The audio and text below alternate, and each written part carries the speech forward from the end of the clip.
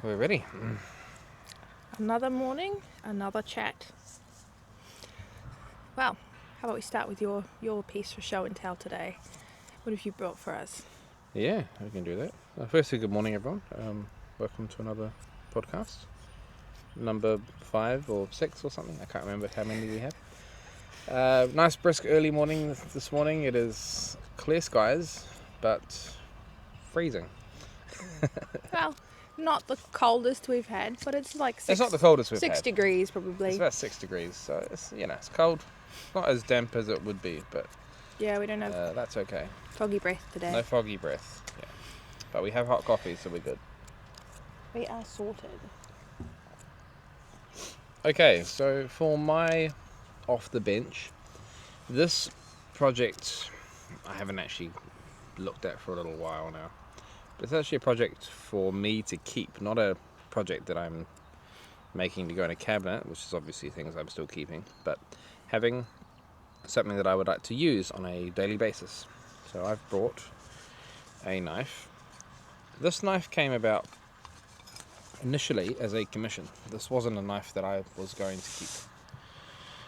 And the blade was a lot longer than this blade. So this is my blade profile. These are kind of stylized, double beveled Deba, slight Sentoku shape, thing like that. This is forged lightly and made from 14C28N, which is a special stainless steel. Very different to what I normally work with. This stuff's fantastic. It won't rust, but it's got a nice sort of working profile to it. It's a good stainless anyway, so yeah, it's very different to what I normally work with, but I like it. Okay, so that's the blade. Sort of very rough forged finish, all done. Okay, so as I mentioned, this was supposed to be a commission. It wasn't a knife that was going to be mine. However, I started making this blade for a client, and I suspect maybe I have either poor heat treatment or I've done something to the tang of the knife which made things not work.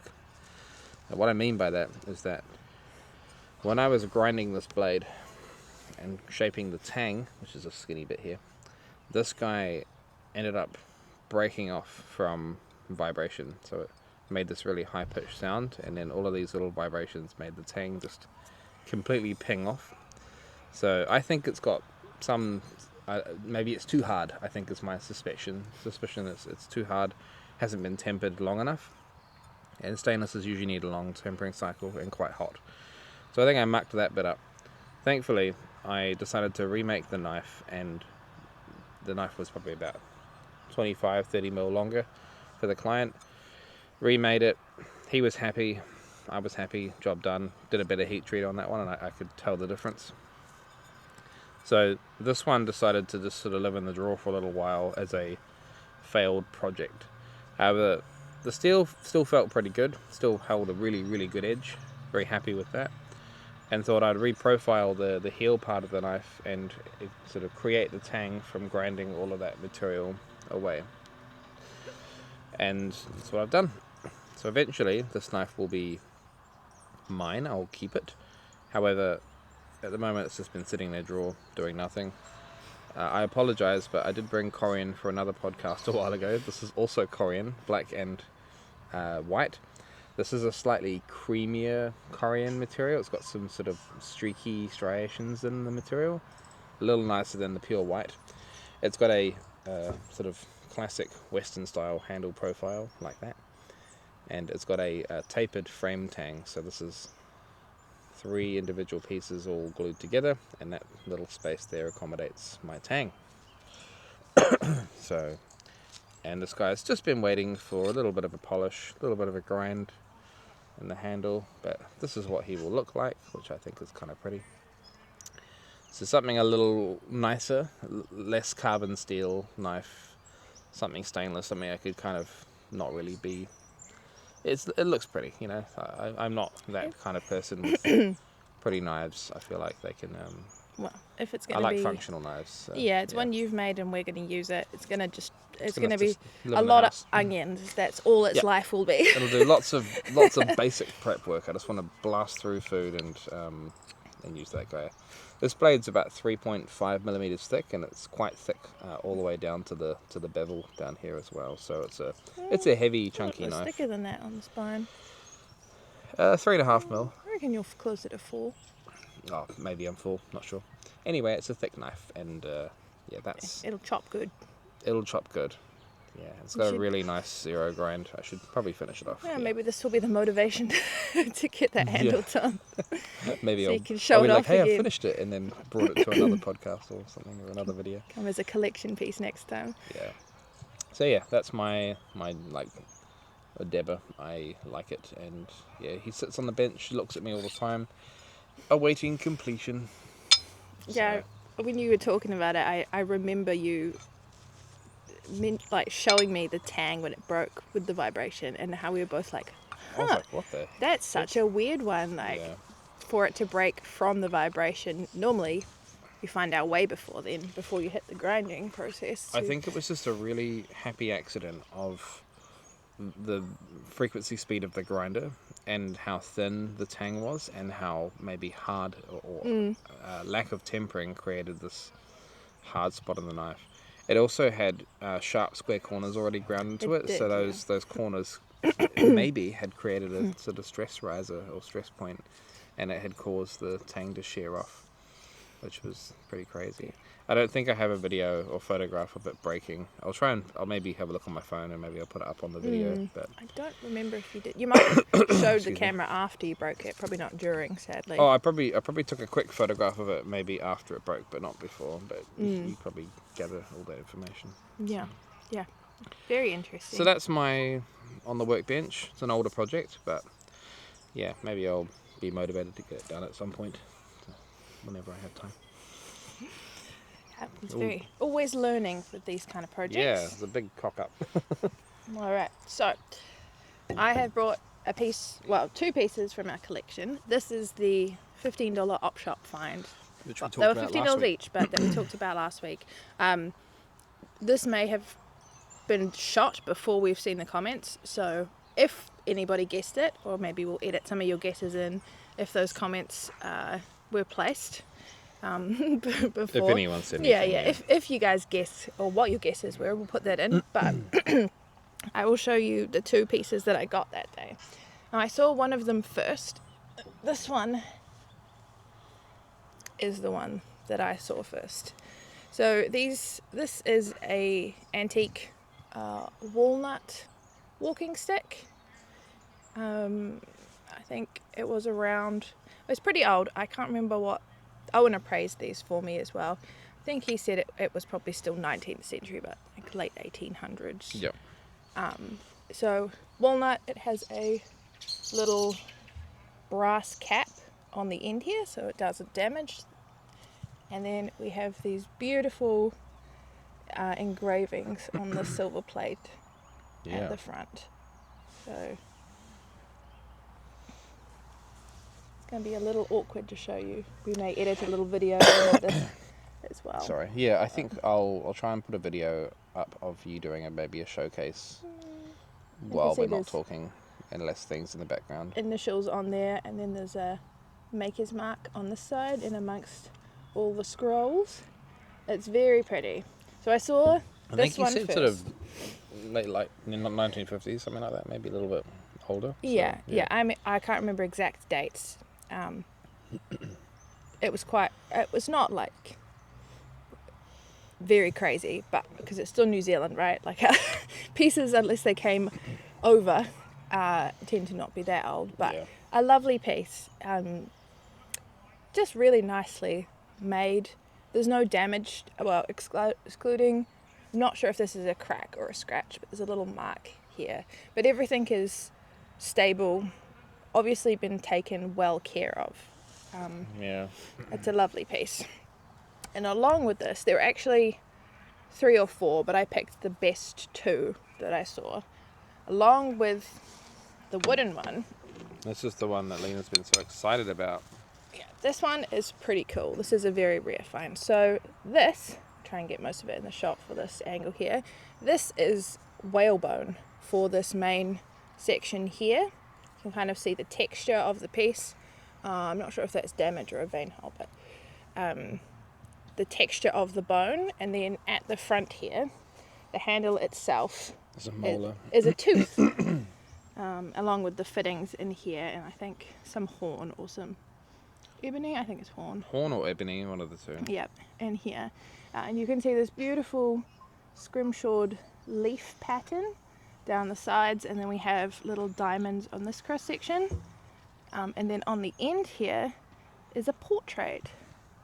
Try and get this in shot relatively well for you guys, but we'll do a close-up separately of a little face on the end. Yeah, he's really cool. So these are probably women's walking sticks. This may have been a husband, partner. We think so, yeah. On the end there, it's a beautiful little caricature of them, and it's just a really cool piece.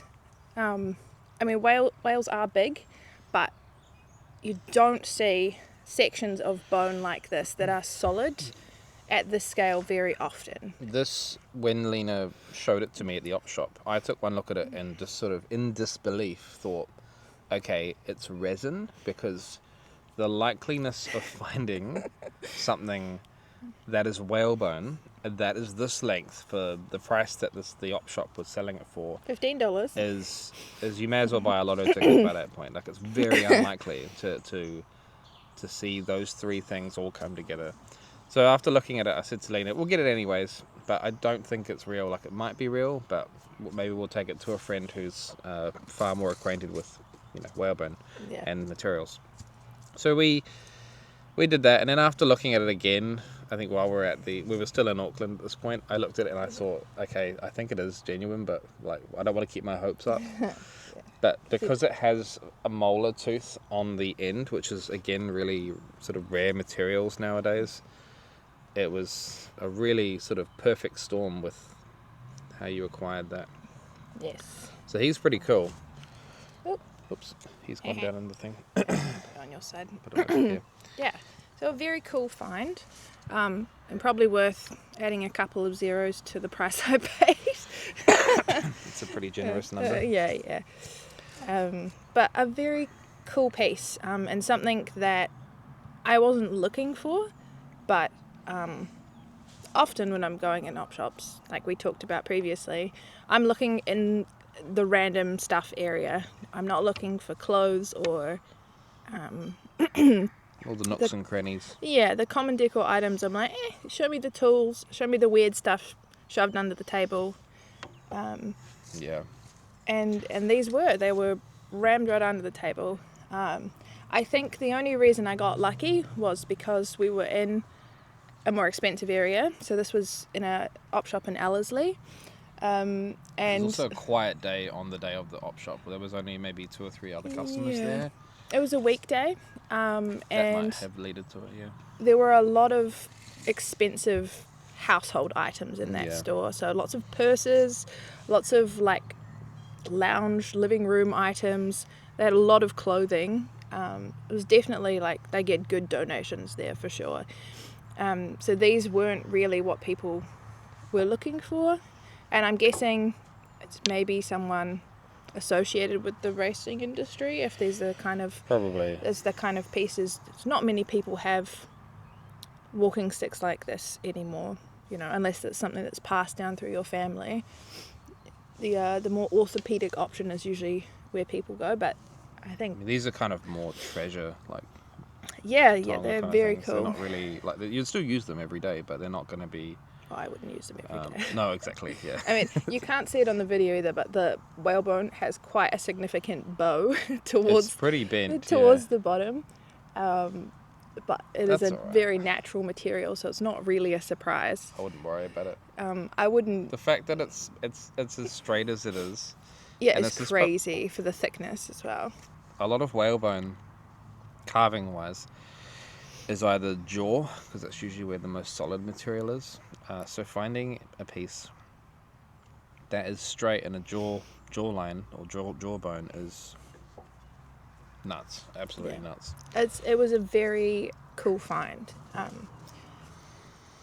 and I don't really collect walking sticks, but No. they were just beautiful, and I thought, why not, right? For that price range, as an example of something beautifully done, especially having the scrimshaw and the way that the tooth has been shaped and fitted up, like a lot of care and detail has gone into making this. Like, they haven't just stuck a tooth on. This has been sculpted to have this really nice gentle curve and then ground in to be fitted to this whole piece. And there may be a dowel of some kind that runs through, because there's a pin. There's a pin here, steel pin there, which and then there's probably indicates how far they've drilled pin it. at the top. Yeah. But they're both beautiful pieces, but the whalebone one was definitely not something you see every day. No. But again, I do also love the engraving on the metal on this piece, on the silver. Is beautiful work. Cool. Did a little bit of a clean on that top bit. But. Well, that's a really nice pieces you've brought to the collection. Yeah. Hope you guys think they're as cool as we do. A little bit of Just treasure. us being excited about it. No one else cares. Oh, well, that's our whole job, right? Yeah, People true. come in, we're like, you want to make a knife today? They're like, I didn't know if I wanted to make a knife today. Okay. Yeah. So very fun. And I mean, I will say, Shay and I went to, this was during our holiday, and we probably went to 10 op shops, and we found nothing at any of the others. And Shay was kind of sick of me going into op shops by this point. He just wanted lunch. It's ironic that I think I was just hungry, wanted lunch. But I think it was ironic and sort of funny that the shop that we went to that you found these items was the one I was like, I really don't want to go into the shop. So that just mentally told me, I'm like, how about you just shut the heck up, mate, and just get on with it, because you might find something good. So to be fair, I don't spend that long. No, you don't. You're 15 pretty minutes, and I do a scan, and if there's nothing that we need or that I really want, then we go again. Move on. I don't know if that's more frustrating that I go into these places and don't buy things, or I don't think it matters too much. I'm trying not to hoard things. So I try and, like, do I really want it? Am I going to regret not coming back for it? And I definitely would have regretted not picking these up, because they're beautiful pieces. Yeah. That's so cool. Yeah. Have you got anything else partly on subject you want to talk about? Op shops. Yeah. Projects, cool stuff. I don't know, what do you... I had something and that flew away. Oh, no. Yeah.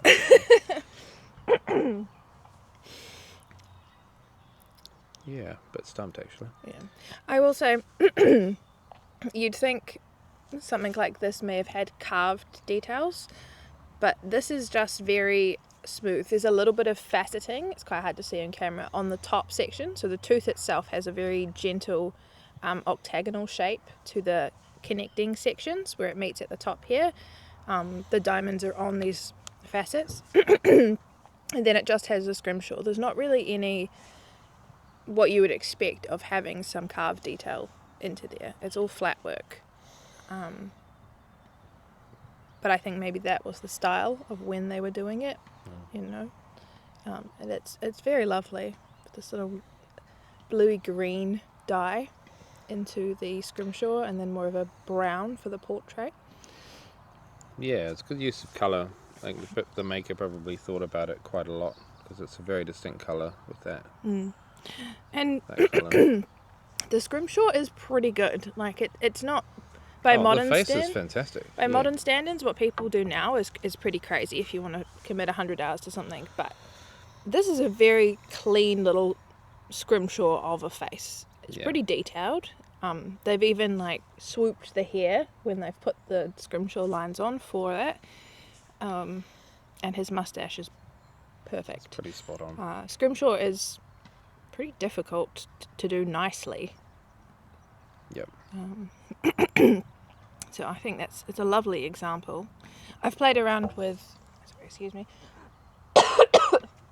I've played around with scrimshaw a bit on my carving pieces. Probably the one that had the most scrimshaw on it is the katana handle that I did with the ties that wrap around. That had a lot of scrimshaw, and don't commit to that level of it if you don't need to, it's very, very good, but yeah, you spend your hands half cramp a year on it. so badly. You're using a sharpened tool of some description, just a pointed bit of steel usually with a handle, and then you're doing 100 little lines. Yeah. So the wraps on the handle was made to be a sort of a stylized representation of a katana handle. It's from ostrich bone. It's about this long, and it has, what's the wrap called that goes around the katana? It's just usually a sort of a silk wrap. Yeah. I can't remember the exact name. The way that the katana wrap works is that when you go across with the cord, it has a twist in it, like a little. Yeah. The cord just goes flat here, and then you rotate it and across. And so I carved something that mimicked that on the front. Into the bone. Yeah, on the front of the handle, running down, and then the way that they connected on the sides was more organic. But then I went across each of these little bows and added directional grain like it was fabric with the individual lines. And there's 10 bows or twists. Yeah, I think there's probably about 10, maybe more. Do you mean on your one or on Yeah. the? Yeah, on my generally, one, because yeah. my one's quite. It's like It's pretty long handle. oversized handle. Yeah. Yeah. Yeah, there's a lot of them, and my hands really hated me by the end of it. Yeah. Definitely a labour of love, but it's one of the pieces I've put the most amount of hours into. So. Yeah, that's collaboration that we're still waiting on me to get done. So, Yeah. Yeah. Well, that's one that when I started it, we were at a different making space, I feel. Like, I started that There's a bit of a lull period. Potato? Where, yeah, you did start it in the last workshop. Yeah. And at that point, we were doing things kind of differently. We hadn't been doing a lot of our own big projects at that time. Shay was really focusing on setting up that workshop because we weren't there for long. My sole, unfortunately we weren't there for long. But my sole interest was not in my work and how I want to develop as an artist. It was about getting our processes down and getting the space to the sort of peak efficiency that we could attend and do, and it would really show how much to the average customer how much we've put our time into to making this work. And it was really just a case of we got there, but it was at the sort of sacrifice of not making my own stuff for a little while. And I'd make a knife every now and again, but I'd be pretty loose about it. Yeah. So whereas we're kind of opposite now, really, where the courses run themselves more or less. We still have lots of stuff to do to make that work, but way less than before. Yeah. And now we're in a position where we're just being pretty selfish and having a bit of our me time and how we want to make things now. Yes. Yeah. And in that's great. Yeah. Yeah. And in terms of the collaboration for that project, Shay started a blade, I think also in Porirua for that, and he rough ground it in the workshop, and then we fitted it to the handle, and then he decided that he didn't like it anymore. I think the blade I've made doesn't do enough credit to your handle, so I think remaking the blade, which is fair enough, is the best course of action. Yeah, I think honestly it needs to be not a wakizashi, it needs to be longer. Yeah, slightly longer blade. Because the blade is about this. It's technically in katana category, but it's just on the threshold. Yeah, and my handle is here. So the proportions... Also swords, just to interrupt, katanas and wakizashis and tantos, they just sort of call it that, and there's no real measurement gauge. You could Google it or Wikipedia it, but when we were in Japan, the amount of sword galleries we went to, some of them were like, this is a wakizashi, and it was almost a tanto length blade. And then you'd see another exhibit at another shop or gallery, or even just another exhibit in the same space, 2 meters down, this is now a tanto, but it looks like a wakizashi Yeah. length blade. You're like, what the heck? Yeah. So it's really up for interpretation by the artist and whoever's making it. I think- Sorry to interrupt. No, I think It's it funny. for that. I think, and someone can correct us here if you know the difference. You can let us know like how it was done. But I think a lot of that is because it's based on which period it was made in and which region it was made in, and they all its have style. and yeah. its style. So how straight was it? How was the tip ground? All of the makers, the regions, different eras have slightly different rules Interpretations. for what they were doing, as with most things. But when you go to a museum and they're all in the same space, you notice the contrast a lot more. It is very funny seeing so many pieces that, I mean, online, and you might hear people go, oh, that doesn't look like a katana because like the curve's not right, or the blade looks different, or the tip's like way too long. All of that is not accurate.